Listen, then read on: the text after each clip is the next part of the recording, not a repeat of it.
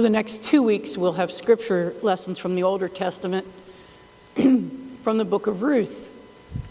So hear this, excuse me, hear this word from God as it comes to us from the book of Ruth, the 3rd chapter, the first verses. Naomi, her mother-in-law, said to her, "My daughter, I need to seek some security for you so that it may be well with you. Now here is our kinsman Boaz, with whose young women you have been working. See, he is winnowing barley tonight at the threshing floor. Now wash and anoint yourself and put on your best clothes and go down to the threshing floor, but do not make yourself known to the man until he has finished eating and drinking. And when he lies down, observe the place where he lies, then go and uncover his feet and lie down, and he will tell you what to do." And she said to her, "All that you tell me, I will do." So Boaz took Ruth, and she became his wife. And when they came together, the Lord made her conceive, and she bore a son. Then the women said to Naomi, "Blessed be the Lord who has not left you this day without next of kin, and may his name be renowned in Israel. He shall be to you a restorer of life and a nourisher of your old age. For your daughter-in-law who loves you, who is more to you than 7 sons, has borne him." Then Naomi took the child and laid him in her bosom and became his nurse. The women of the neighborhood gave him a name, saying, "A son has been born to Naomi," and they named him Obed.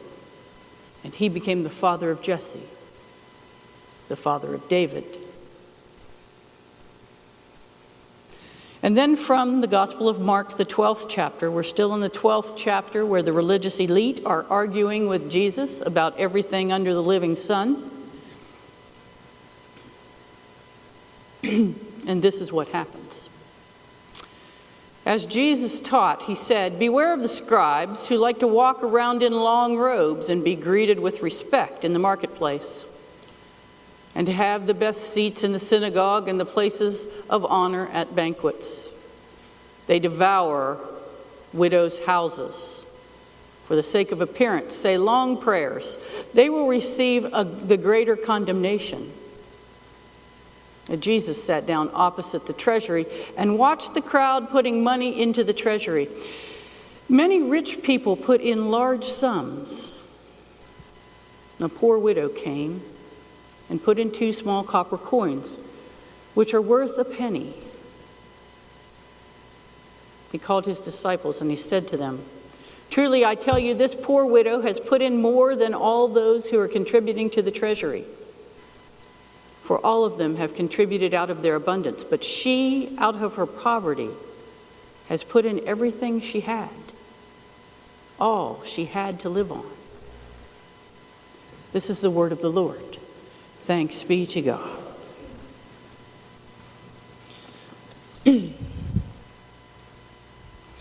So some of you were in the session meeting, I think it was last month, when I happened to mention that I haven't been able to find my checkbook in about 5 weeks. That was about 4 weeks ago, so now I haven't been able to find my checkbook in about 9 weeks. And many of you know the Honorable and Great Scott Winters sitting back there in the back. He is, by all standards, one of the finest businessmen in all of Wheeling. That was funny right there. I can't even say it with a straight... No, I'm kidding, Scott.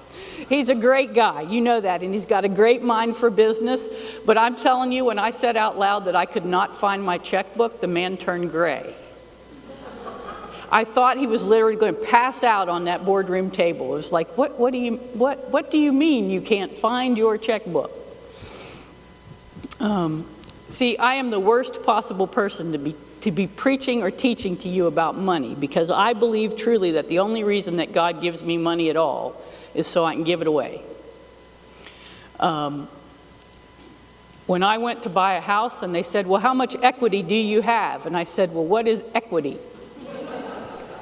Right? That gives you a clue about where I'm coming from. But this is a great story that perhaps we have misinterpreted for a long time. about the widow's mite. And the widow's mite is about, of course, a mite was a coin. It's not a little bug, but it was a coin.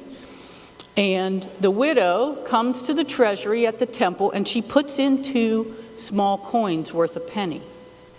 And she does that after many rich people have thrown in dollars and dollars and dollars, lots and lots of money.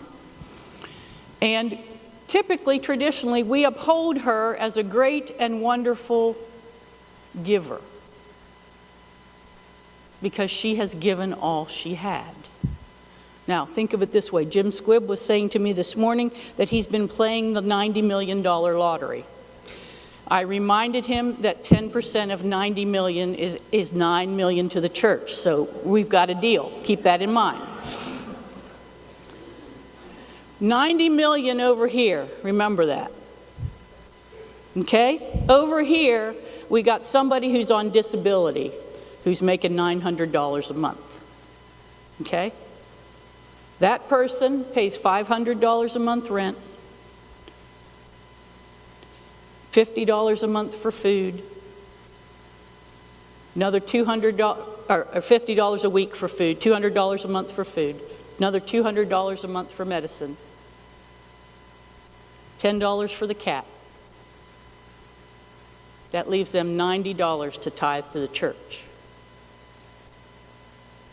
When they're done, how much do they have left? Right? The car better not stop working. The electric bill better not go up. The grandkid better not get hand, foot, and mouth, because they have nothing left when they're done. But they're given 10%, $90 every week or every month to the church. That's all they have, though. This guy over here has $90 million and he gives $90 a month to the church. Do you see the injustice? Do you see how the difference comes? What happens here, and the way that we're looking now contemporarily at this story of the widow's mite, is that we have to be careful to not be perpetrators of injustice in the church. Because what happened was, while the guy with the 90 million gave a whole lot, he gave out of abundance, so he still had stuff left when he was done. The widow, she gave out of her poverty. Yes, she gave out of her heart and her goodness and her wonder and all that was wonderful. But when she was done, she had nothing left. Y'all are musicians. Someday, some of you are going to be professional musicians, and some of you may be professional musicians who are not educators, who get a paycheck every month. And if you do that, I guarantee, Debbie will back me up on this, I guarantee, you will be eating ramen noodles and Lucky Charms for a really long time, because you will make no money as a professional musician, right? My friend Marty Haugen always says, yeah, I'll take that gig because the kids have shoes right now, right?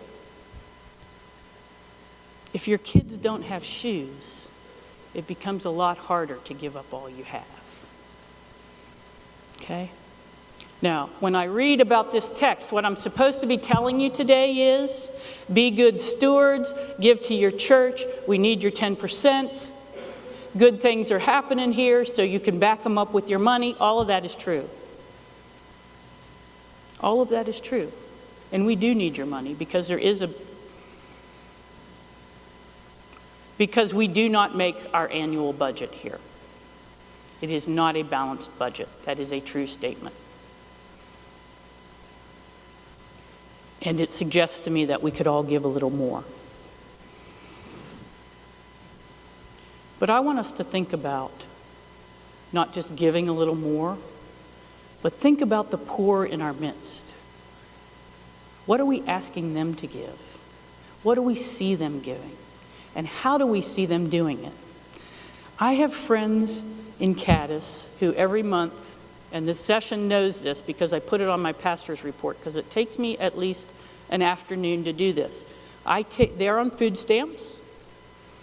The local grocery store is not designed for large, week-long or month-long shopping trips. It's designed for you to go in and grab something and head home.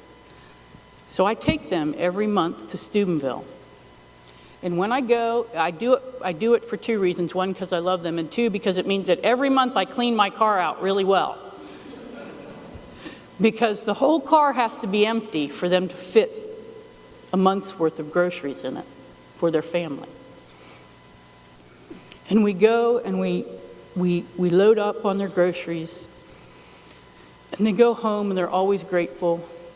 And sometimes I get a chicken leg from KFC out of it, and sometimes they pass me $5 or $10 out for gas money, which I know they don't have to give, so I put it in an envelope, and when they need something like help with the electric bill, I just turn the envelope back over to them.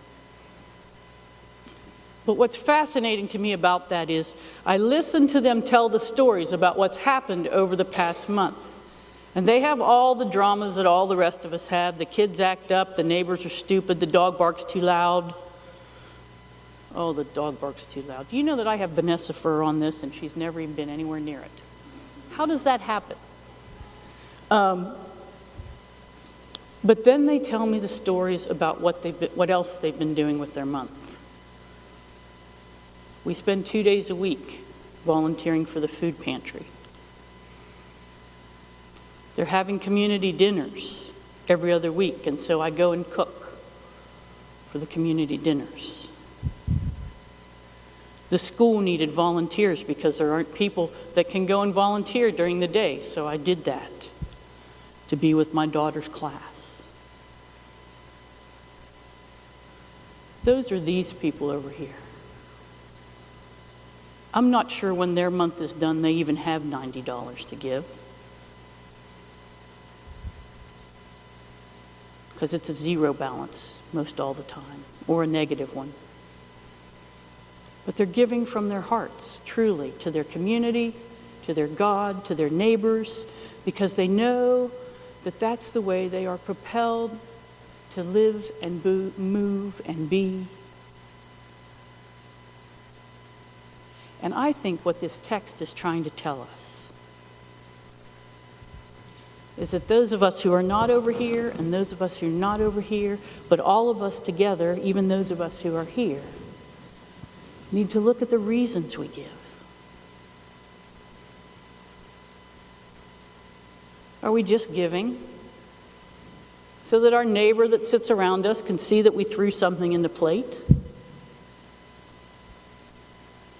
Are we just giving because 90 years ago our great-grandfather went here and he'd be really disappointed if we didn't?